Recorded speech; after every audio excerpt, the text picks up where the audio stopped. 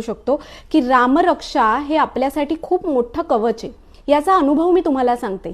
क्लिनिकमध्ये एक पेशंट आलेला, तेव्हा त्या आजोबांची शुगर खूप वाढलेली होती, म्हणजे इन्शुलिन रोज त्यांना घ्यायला लागायचं, आपली औषधं पण देत होते। पण ते मला म्हणाले की मानसी, तुझं रील बघून आलोय, तू त्याच्यात सांगितलेलंस की मंत्र चिकित्सा पण काम करते, तर मग काय करायला पाहिजे। त्यांना म्हटलं, आजोबा ठीक आहे, आपण एक प्रयोग निश्चित करूया, तुम्ही आधी कोणाला हे सांगू नका, आपण हे करून बघूया काय होतं।